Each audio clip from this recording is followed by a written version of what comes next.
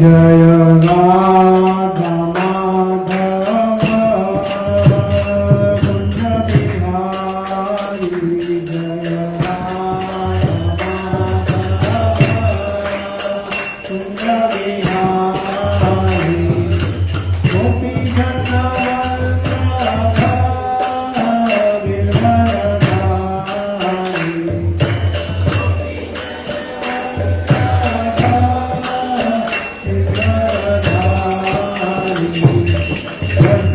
यशोदानंदन भज जननंदन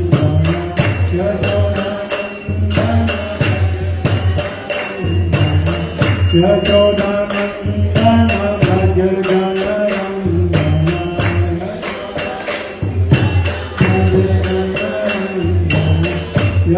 यशोदानंदन भज जननंदन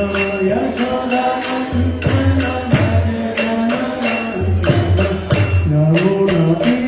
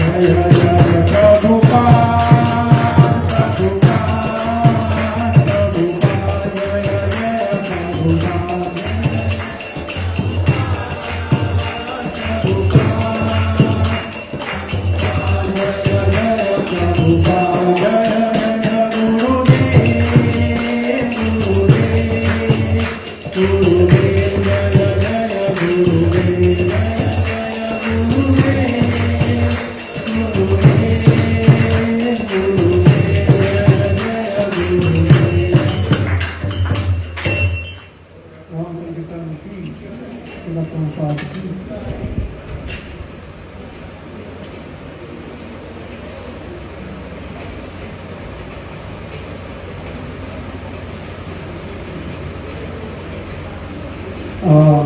quickly chant the Mangalacharna prayer. Everybody please join chanting the prayers. Om Ajnana Timirandasya Jnananjana Shalakya Chakshurunti Samyena Tasmai Shri Gurave Namaha Namo Shri Chaitanya Manobhishtam Sthapitam Yena Bhutale Swaям Rupakamanayam Yati Stotravantitam Vandeham Shri Guru Shri Yuta-pada-kamalam Shri Guru Vaishnava Shri Rupam Sadhyatam Sahagana-rupamatam Tam Tam Sadhiyam Advaitam Tavadutam Parijana-sahitam Krishna-chaitanya-devam Shri Radha Krishna-padam Sahagana-lalita Shri-sakhanitam Shri Krishna Karuna Sindhu Dīnabandhu Jagatpate Gopeka Gopika Kanta Radha Kanta Namostute Tapta Kanchana Gaurangi Radhe Vrindavaneshwari Vrishabhanu Sute Devi Pranamami Harikri Vancha Kalpatarishubhasya Kripa Sindhubhyena Cha Patitanam Pavanebhyo Vaishnavebhyo Namo Namaha Namo Vishnupadaya Krishna Prestaya Bhutale Srimate Bhakti-vedanta Swamini Namine Namaste Saraswate Deve Gauravani Prakarine Nirvikesa Sunyavadi Paschya-Nideshakarine Jai Shri Krishna Chaitanya Prabhu Nityananda Shri Advaita Gadadhara Srivasadi Gaur Bhakta Hare Krishna Krishna Krishna Hare Hare Hare Rama Rama Rama Hare Hare. Okay, I welcome all of you to this Sunday evening Bhagavad Gita class. Today I have made a mess. Actually, I wanted to have my file on this laptop, but it is on that laptop, and I don't have a way to transfer it on this laptop. So I made some pictures on my phone, and I try to do my best to give the lecture. So today we are going to study on the verse, first verse of second chapter of Bhagavad Gita.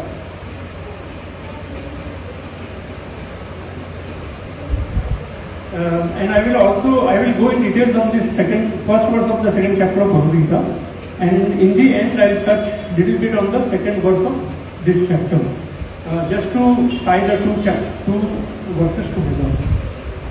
So let's recite this verse.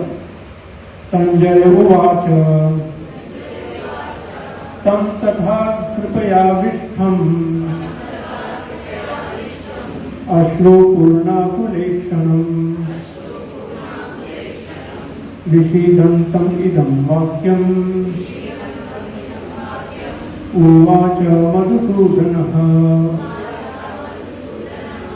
Sanjaya Uvacha Tam Tatha Kripaya Vishtham Ashro Purna Kulekshanam Vishidantam Idam Vakyam Uvacha Madhusudanaha Sanjaya Uvacha Tam Tatha Kripaya Vishtham Ashtu Purna Kulekshanam Vishidantam Idam Vakyam Uvacha Madhusudanaha. So we can go over the word by word translation. Sanjay Uvacha, Sanjay said. You can repeat. Tam unto Arjuna.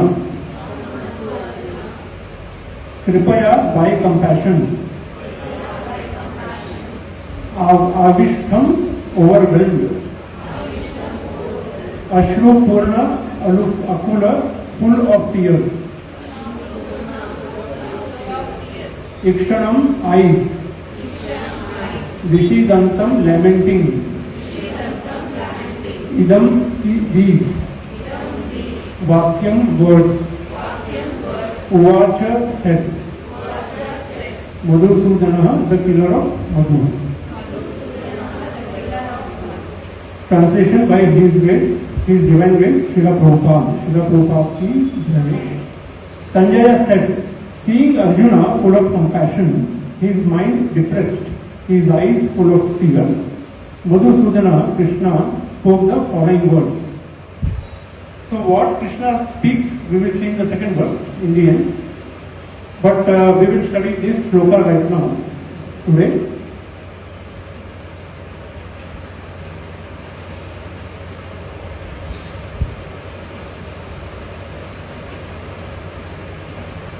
So as you can see in the sloka, Krishna is kind of forced to speak now. Why? Because he is seeing Arjuna full of compassion. We will also study whether it is true compassion or not. But he is seeing Arjuna who is full of tears in his eyes, and he is kind of seeing that there is some compassion in Arjuna, and hence he is now forced to speak. So far, if you remember, if you recall, Krishna has not spoken anything in Bhagavad Gita. We are in the second chapter right now. So far, Krishna has not spoken anything. In the first chapter, it was only Arjuna who was speaking and speaking and speaking, and giving his reasons why he would not want to fight. And towards the end of the first chapter, if you recall, he comes to a situation where he declares that he is not going to fight. Right? And now, in this second chapter, first verse, Krishna is seeing Arjuna, that Arjuna has come to tears now, and he does not want to fight, and he does not want to do anything. In the last chapter, if you recall, Arjuna says that I don't want to fight, and I want to give up everything. I want to go to the forest and live a simple life. Right? This is what was conclusion, or this is what the mind was made up by Arjuna in the second chapter. In the first chapter, towards the end.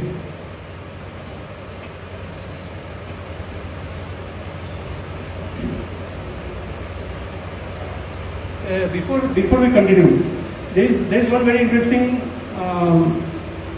stuff about this, or interesting point about this chapter. If you see what is the name of the chapter, it's called as Contents of the Gita Summarized. Meaning, सारे गीता का जो सार है वो इस chapter में दिया गया है. ठीक है, इसका मतलब ये भी निकलता है कि अगर गीता का सारा सार इस चैप्टर में है, तो फिर बाकी गीता की क्या जरूरत है? Right? So people can think about this. He wants to speak. He actually speaks in this chapter already. This chapter is actually a very big chapter. It's 72 verses in this chapter. So Krishna has spoken everything that he wanted to speak to Arjuna in this chapter. That's why the name of this chapter is called Gita Summarization, or Contents of the Gita Summarized. So Krishna has already summarized the entire Bhagavad Gita in this chapter. But then why there are other chapters, no? From chapter 3 to chapter 18. So there are total 18 chapters in Bhagavad Gita. Why are there 18 chapters? No, one may think. The reason for that is, even after Krishna summarizes the entire Bhagavad Gita in this chapter, Arjuna is not understanding the entire summarization perfectly. He has many doubts. So towards the end of the chapter, he then starts asking a lot of questions to Krishna. And then Krishna is obliged to answer them. And that creates chapters 3 onwards up to chapter 18. Arjuna asks many questions. Krishna is then obliged to answer all those questions. And that is why Bhagavad Gita would have ended in chapter 2 only, but it actually ends all the way up to chapter 18. Why? Because Arjuna is asking a lot of questions. And also we need to remember that Arjuna is asking questions not only for his own, clarity. He is asking questions also on our behalf. Right? Because we also have the similar situations what Arjuna is facing, and we will study more on that.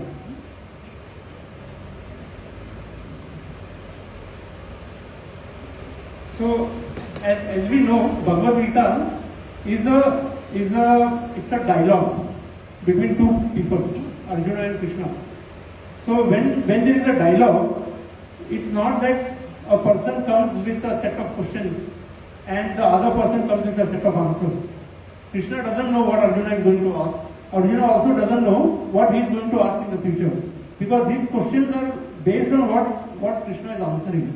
So he has some question, he will ask a question, and then Krishna will give the answer. Arjuna may not understand the answer perfectly, or he may have further doubts on the answer that is given by Krishna. So then Arjuna will ask further questions. So it's a dialogue between Arjuna and Krishna, and in that dialogue, whatever doubts Arjuna has in his mind based on the answer that Krishna is giving, Arjuna is going to ask those questions, and Krishna is obliged to answer those questions. Why Krishna is obliged to answer those questions is because Arjuna is a very good friend of Krishna. And Krishna is also, a well-wisher of Arjuna. He is well-wisher of everyone, but Krishna is also a well-wisher of Arjuna. We'll understand this more in details as we follow along. So, this slide talks about the glory of India. Little bit I want to take it in a different context, because the reason why we have to study Bhagavad Gita, or the reason why we have a glorious past, we have to first understand that very clearly. So we have a very good culture in India. We have a lot of glories in India. So if you take a very recent example, not to go even too far in the history, very recent examples, I will read out some statistics which reflects the fact that India is a glorious country. People of India are also very glorious. People of India are also very hardworking.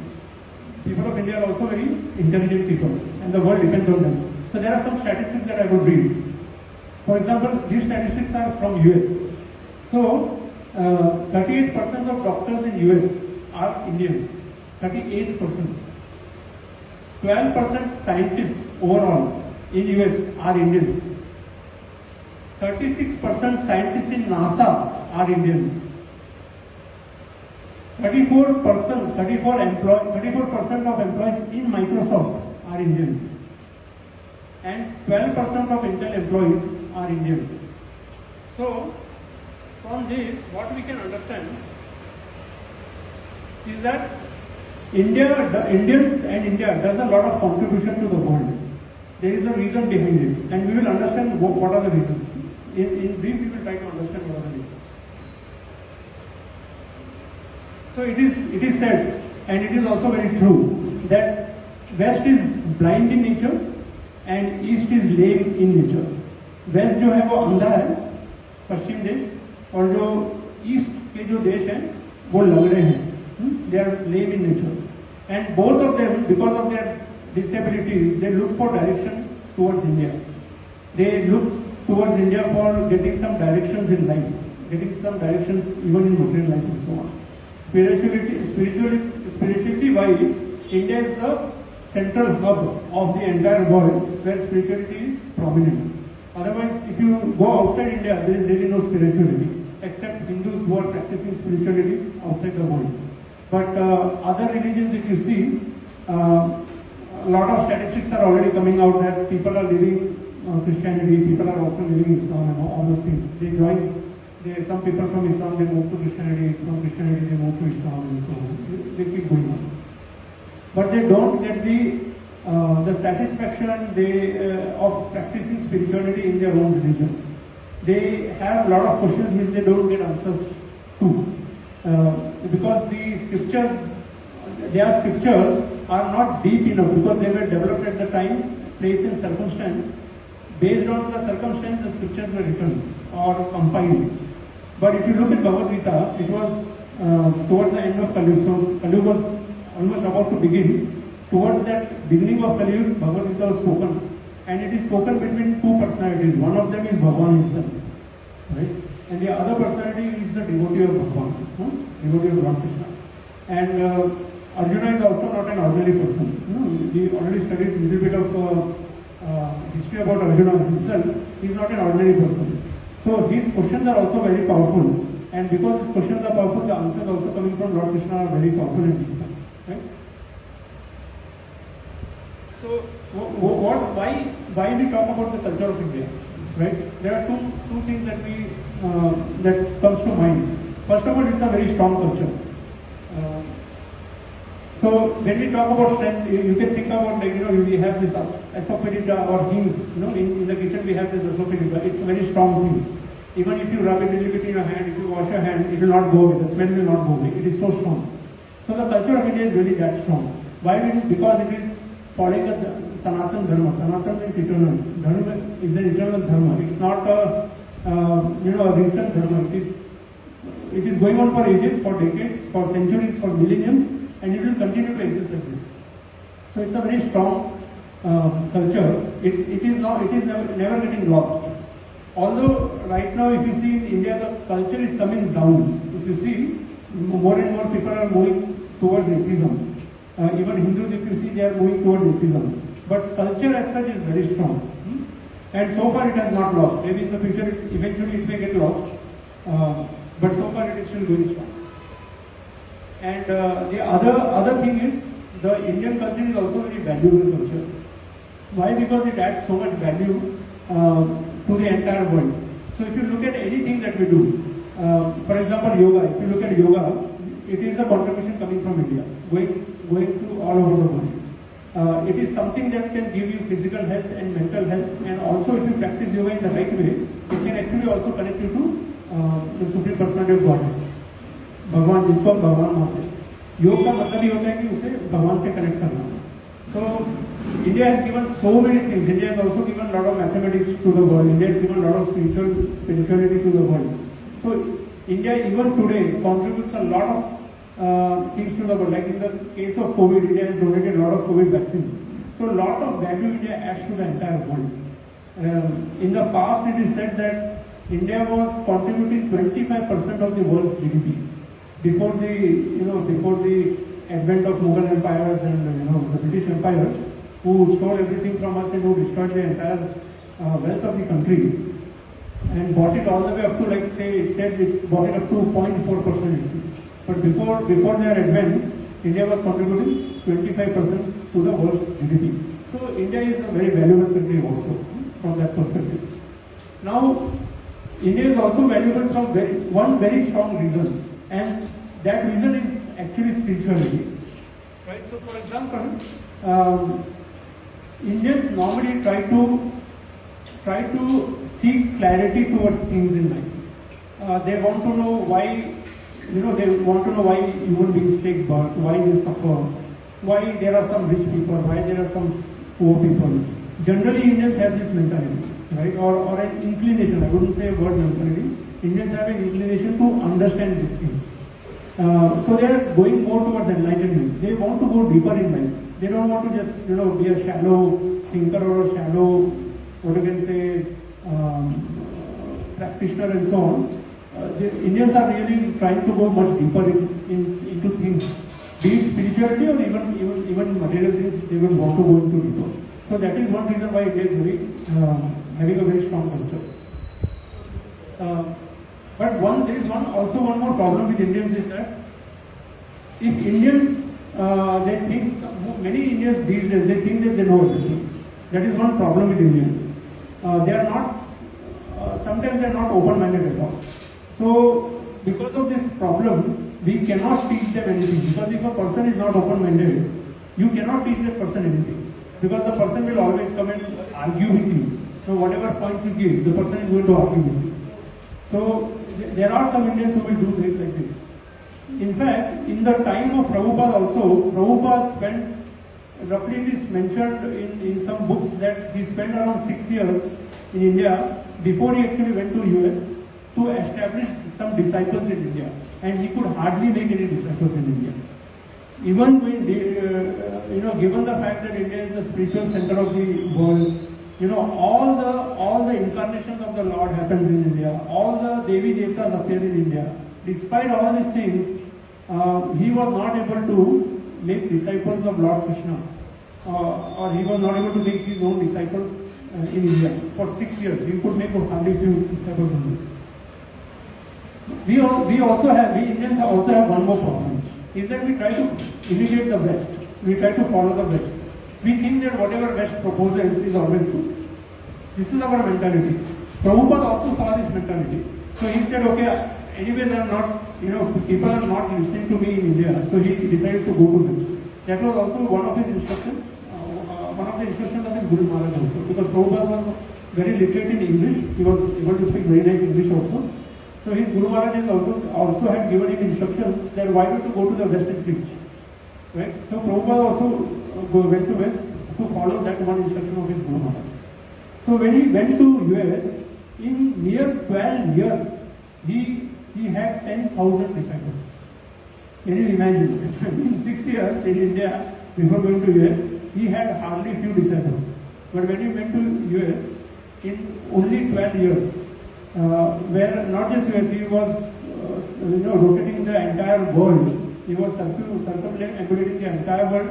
At least 12-13 times he went around the entire world in that 12 years, and he had 10,000 disciples. And during that time also he made 108 temples. Okay, so this is what he did. And then when he came back to India, he bought those disciples also. And then Indians, when they saw that okay, this the Gora Chapri people, the white elephants, are following Krishna so much, then why not we also follow? Because we are anyways love the Westerners very well, right?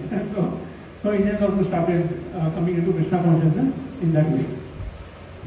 So the point what I am trying to share in this slide is that the glory of India is very, very high. India is a very glorious country, specifically in terms of spirituality. And Indians generally have this inclination to go towards spirituality. We see spirituality is still very strong in India, right? So this is what I wanted to share with this glory of India. And ideally, what is the best state to be in life? Okay, if you are never confused in life, maybe you will never learn also in anything in life. That is also one thing we have to be aware of. We should definitely have some of the other confusions, some of the other doubts we should have. It is in reality it's the best thing to be in life, because that way we have the opportunity to clarify that doubt, clarify that confusion, and to progress in life, to become better in life, to grow in life. That's a growth mentality, right?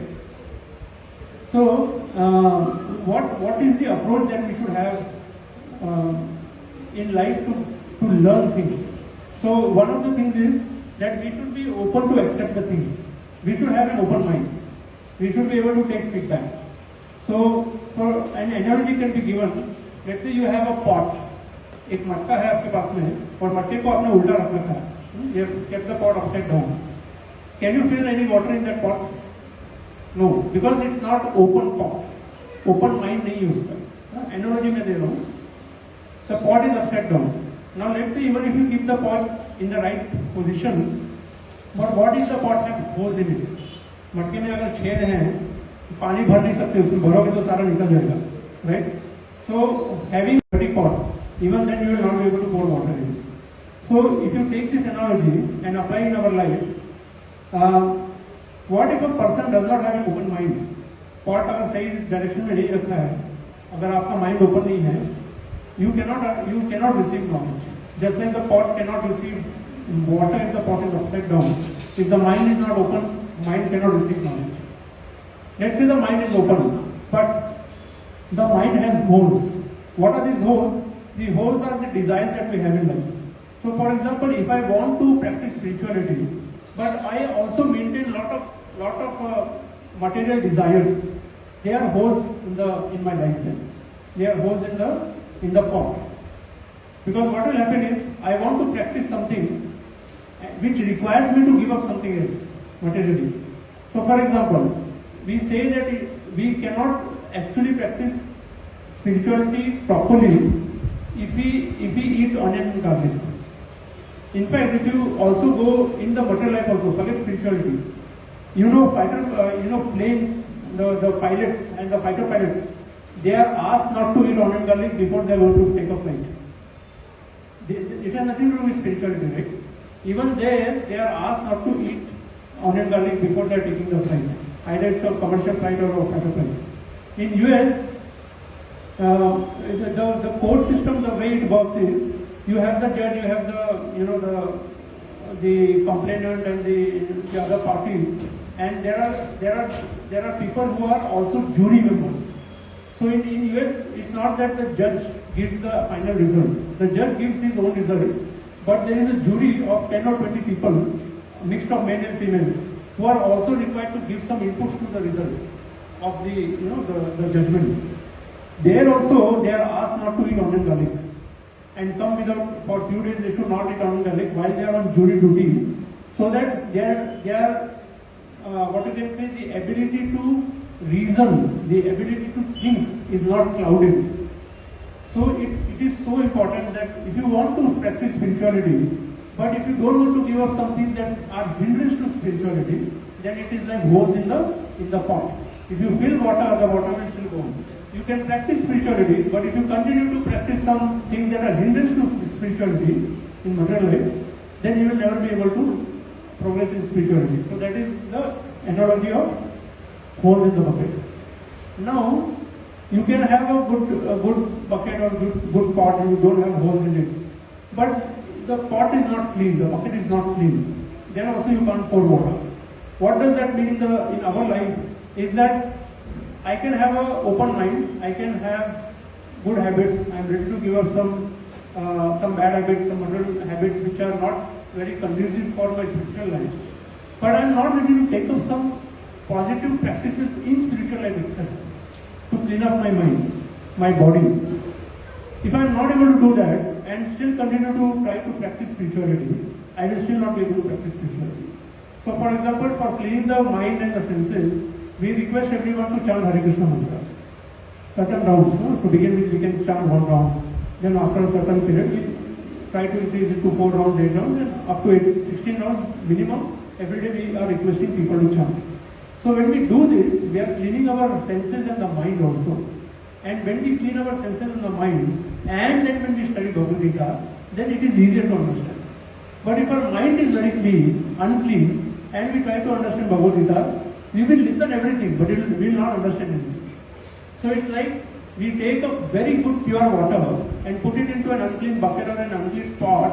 What is going to happen? The water is going to become unclean, right? Although, don't take the analogy too far. It's not that when we try to learn Bhagavad Gita, the Bhagavad Gita becomes unclean. Bhagavad Gita is always pristine and clean only.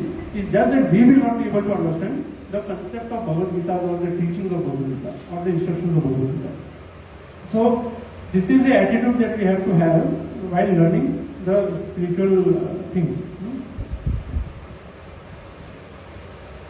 So, lot of people, as you see in the slide, in the world, including India, including Hindus, lot of people are like Dhritarashtra and Duryodhana right now. In what sense they are like Dhritarashtra and Duryodhana? They have the mentality. Like for example, if you look at Dhritarashtra and Duryodhana, they also had access to all the knowledge. In fact, they were in front of Lord Krishna. Krishna was also in front of them. They were associating also with Lord Krishna. But their mentality was not to be an open-minded mentality. It was a very close-minded mentality. They had lot of material desires of, let's say, taking away everything from the Pandavas and everything. Lot of material desires they had. They did not want to follow any instructions of Lord Krishna. So despite having Lord Krishna in their association, in front of them, having access to Lord Krishna who is Bhagavan himself, they were not ready to give up their material desires. So they were not actually able to see anything. For example, if you look at Dhritarashtra, he was physically blind from the birth. He was also spiritually blind. He is the son of Vyasadeva. Sanjay Uvach, as he studies Sanjay Uvach, Sanjay is narrating this whole Bhagavad Gita to Dhritarashtra. Sanjay is also a disciple of Vyasadeva. So you have Dhritarashtra, who is a son of Vyasadeva. Vyasadeva is somebody who has compiled the entire scriptures. Okay, and Dhritarashtra is his son. And you have on the other hand, Sanjay, who is a disciple of Vyasadeva, and you can see a contrast between these two personalities. One personality who is the son of Vyasadeva has complete blindness of spirituality, and one person who is a disciple of Vyasadeva who is completely spiritually inclined and spiritually very much knowledgeable. So you can see the difference, and the difference comes because one person is completely driven by material lust, greed and so on, and completely close-minded. The analogy of the pot you can recall. And one person like Sanjay, is very inclination towards spirituality. He is a devotee of Lord Krishna. He is also practicing spirituality very nicely. So he is an example of clean pot, a pot which is facing upward and having no holes, right?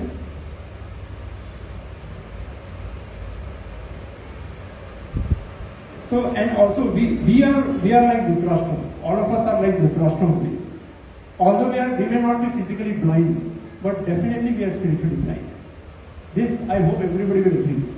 हम भी आज के समय में हम भी धृतराष्ट्र की तरह ही हैं, फिजिकली अंधे नहीं हैं, स्पिरिचुअली अंधे हैं, ठीक है? That's why we have to be very conscious about this, that am I behaving like Dhritarashtra? We have to keep this in mind all the time. Okay?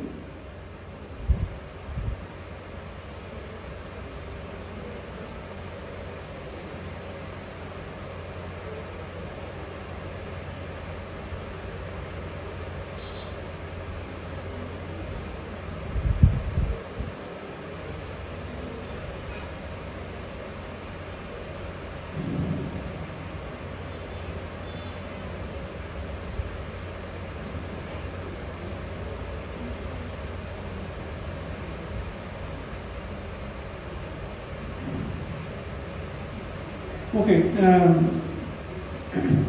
so we also studied about Ashru Purna Kulekshana, right? We studied about this. So these tears, they are very powerful emotions, and Arjuna was actually going through this powerful emotion at that point in time. Why it is a powerful emotion? People cry all the time. Many people cry all the time. Okay, some people cry sometimes.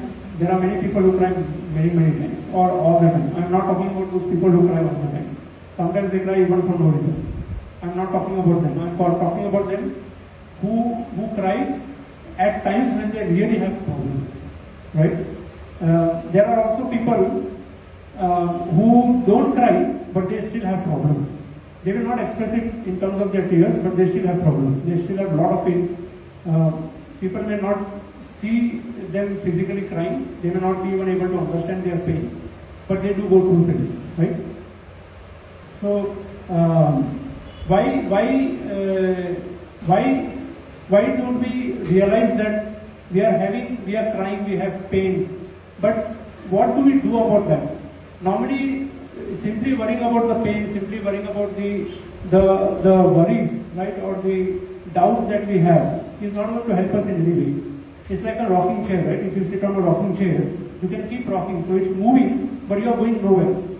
Similarly, if a person has a lot of pain, if a person has worries, but if the person is not doing anything about it, it's of no point, right?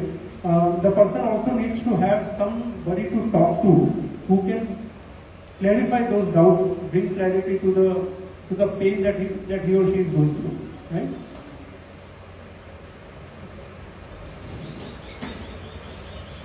And what is one of the natures of the people who also have worries or who keep crying is that they cling to the problem that they have. They are very clingy to that problem. They are not ready to give up that problem. So I have a problem. It is coming because of some reason, and I am not ready to give up that reason also, which is the cause of my problem. I am not ready to give up. So I am clinging to that the root of the problem. And then I suffer. I crying and suffering are the result of the cause, no? Or the symptoms of the problems and so on. I am not trying to address those problems at the deeper level, but I just keep trying.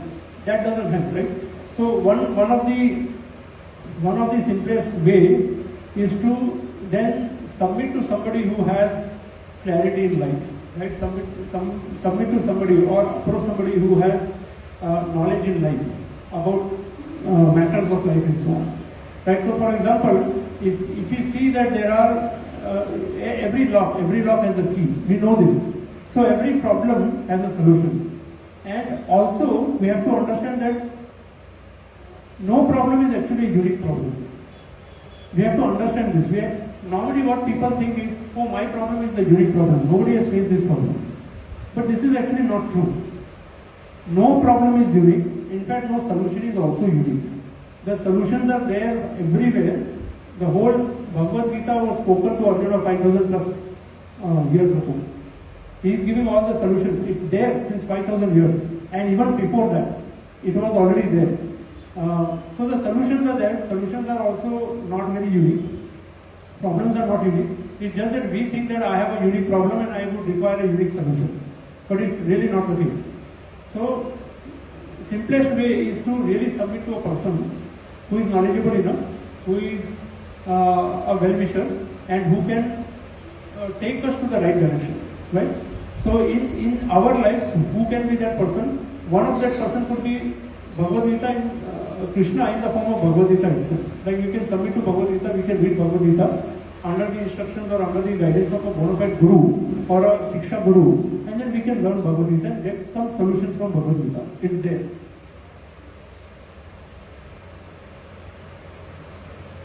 Okay, now crying also, what is the nature of crying? It makes everything blurred, right? Everything is blurred after crying. What does that bloodiness mean actually? One of the reasons why we have bloodiness in our life, or we have doubts and confusions in our life, is because we are in ignorance. One of the very strong reasons for that is ignorance. So, and all because of that ignorance, it causes all kinds of confusions and doubts. So, for example, we spend a lot of money that we don't have, right? For example, we have loans, we have credit card debts, and so on. We buy things that we don't need, and we try to impress people that we don't even like. This is a very common problem that all of us face. So, for example, all of you who are working or who has worked in the past would agree to me that you may not like everybody in the office, especially your boss. But we still try to impress the boss. We don't like that person. Our boss is the biggest bottleneck in our growth, right? Financial growth, whatever, upward growth and so on. We don't like the boss, but we will still work for that boss, right? We also spend money on things that we don't need.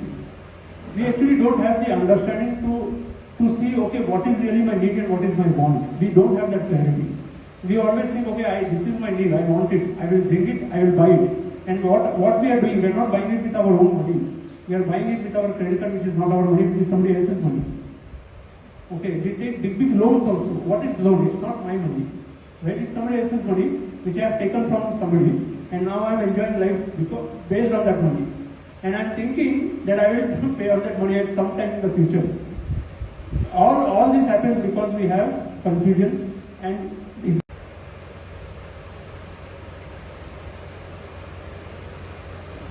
so what happens with this? When we have, let's say, when we cry, when we have all the blurriness, we have all the confusions and doubts, what exactly happens in the end? What is the result outcome of it?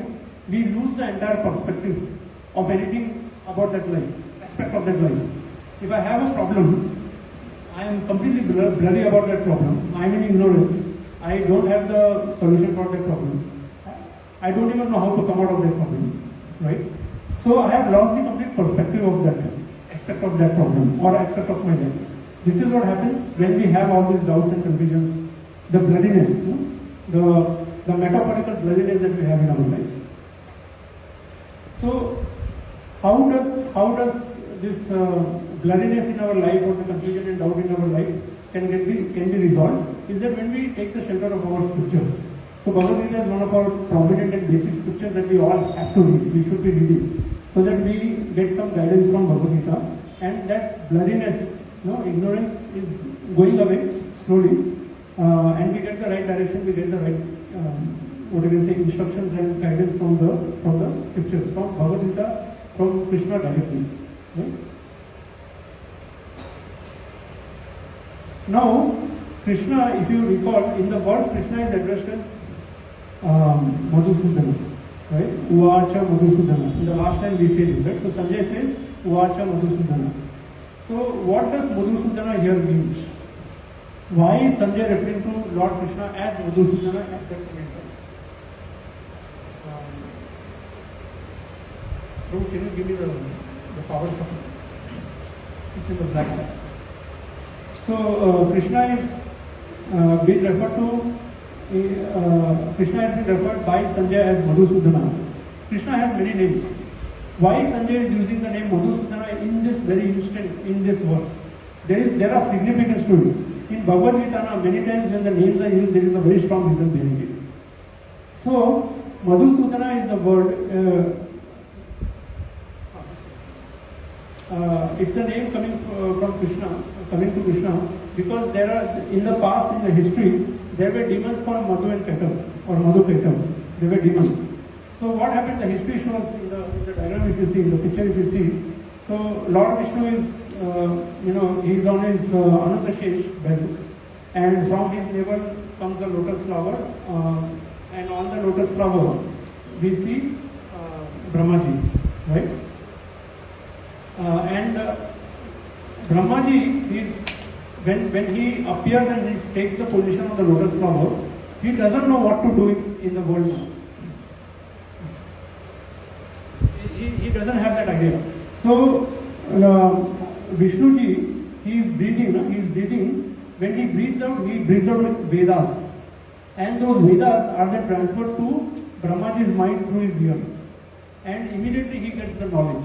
So it's like, in the sci-fi movies we see, right? Suddenly somebody gets knowledgeable and so on. So this is, in the spiritual world, this is what happens. So now Brahmaji has gotten that knowledge of the Vedas.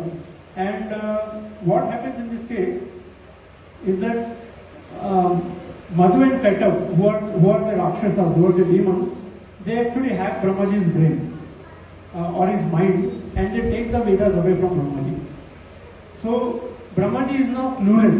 He again goes into kind of ignorance, right? Because you have one person who got entire Vedas downloaded into his mind, and he is now enlightened, and he knows what to do. And now suddenly there is a demon called Madhu and Ketam who come and take away his Vedas away. They hack his brain, his mind, and they take the Vedas away. And now he is going into ignorance and he doesn't know what to do. So at that point in time, Hayagriva,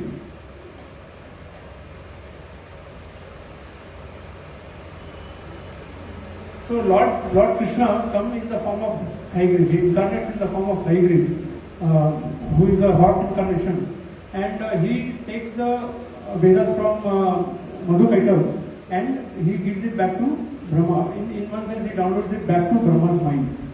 So that's why Lord Krishna or Hayagriva, he is called as Madhusudan. Madhusudan means who destroys the demon. So that's why he gets the name Madhusudan. Now why Sanjay is referring to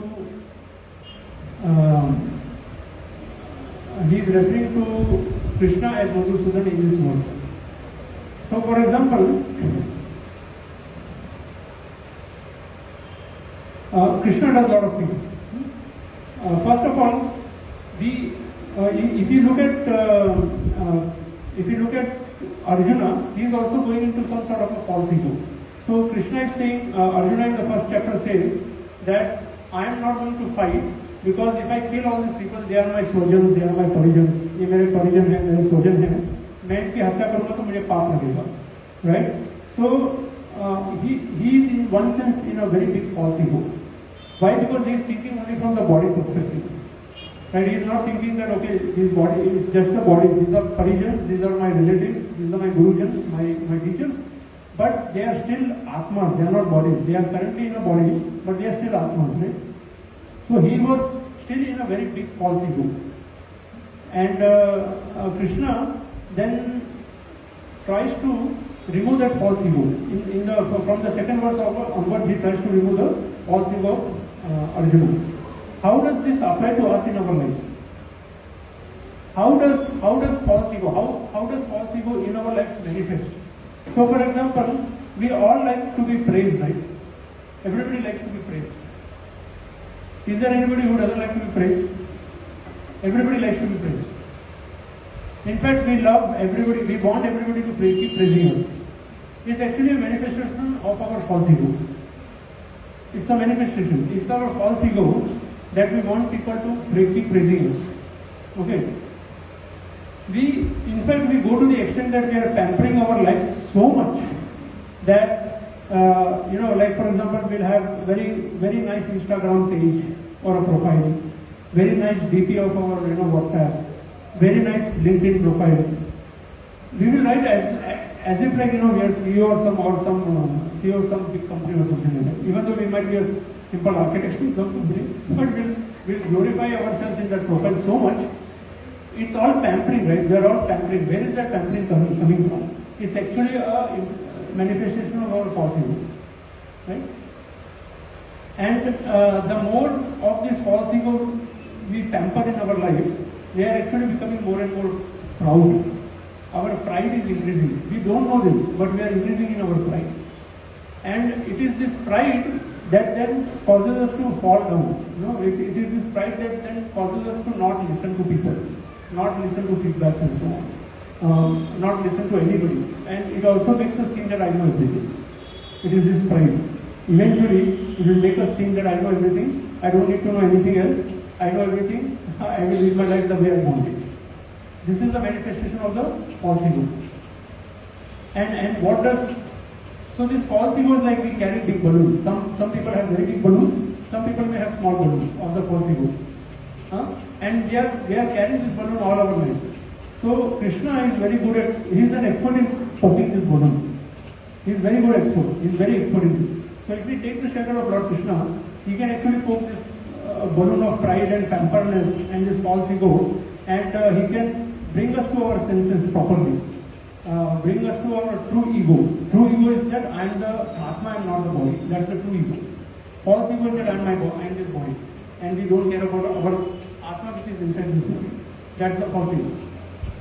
And then with that false ego, a lot of things come.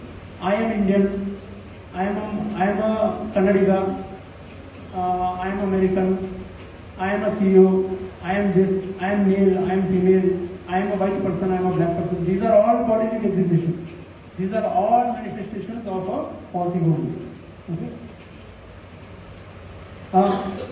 And so false ego is one of our very big enemies. And Krishna is good at removing that false ego. So Krishna, that's why he is also Madhusudana, right? He is, Madhusudana means who had killed the demons Madhu and Keta, or Madhu Keta. False ego is also a very big demon. It's a demon that we carry all along in our lives. And Krishna is very good at killing that demon also. So that's why Krishna is referred to as Madhusudan for us as well. Now, we also need to understand what is true compassion. So if you see, Arjuna is giving so many reasons to not fight. He is saying, if I kill, then lot of sin I will incur, lot of people I will kill, and in the war what is happening? Who are fighting in the war? All men are fighting, right?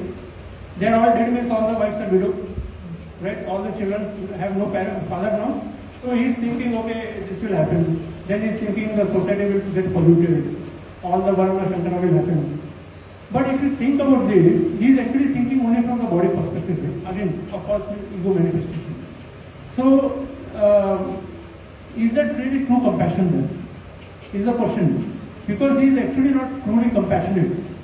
We have to be compassionate towards the body, but that's not the true compassion. That's not all in all. We have to be also compassionate towards the soul which is inside the body. Right? So this is a very one question that we have to ask, that are we really compassionate? So many things we can see in our lives. We have examples. So for example, if a man is drowning in water, okay, who should we save? Should we save the clothes of the man or the person, or should we save the person himself? Who should we save? Right? You should save the person, not the clothes of the person. Right? That is true compassion. Now, if you take the energy a little bit one step further, this body is also our dress only, and the actual being is the soul which is inside this body. So many of us, what we do, we try to save the body, which is the dress, but we are not worried about the soul itself.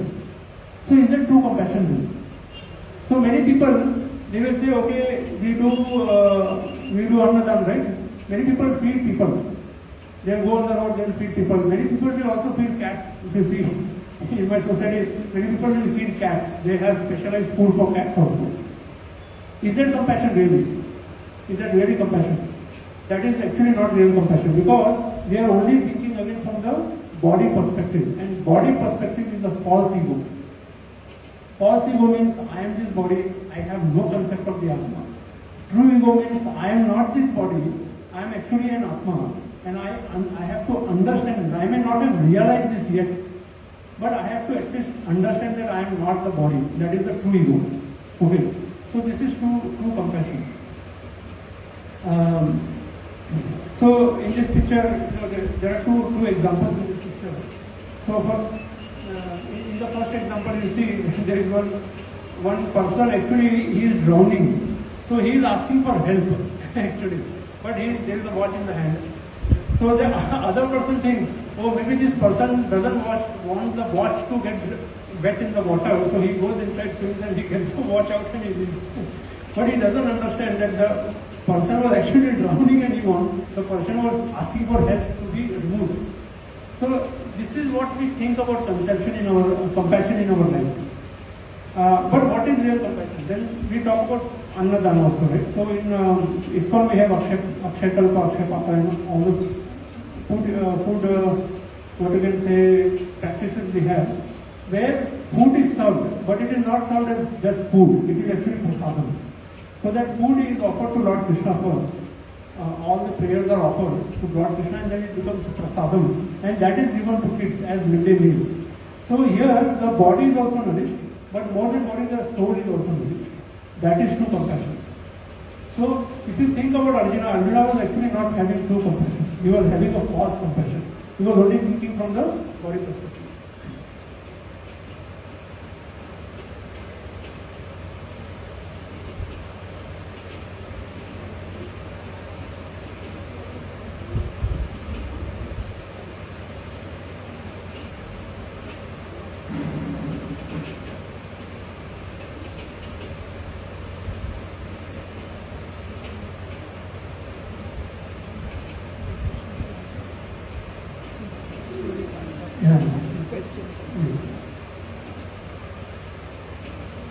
So that's why when we talk about Lord Krishna, who is addressed as Madhusudana now in this verse, he is removing our false ego.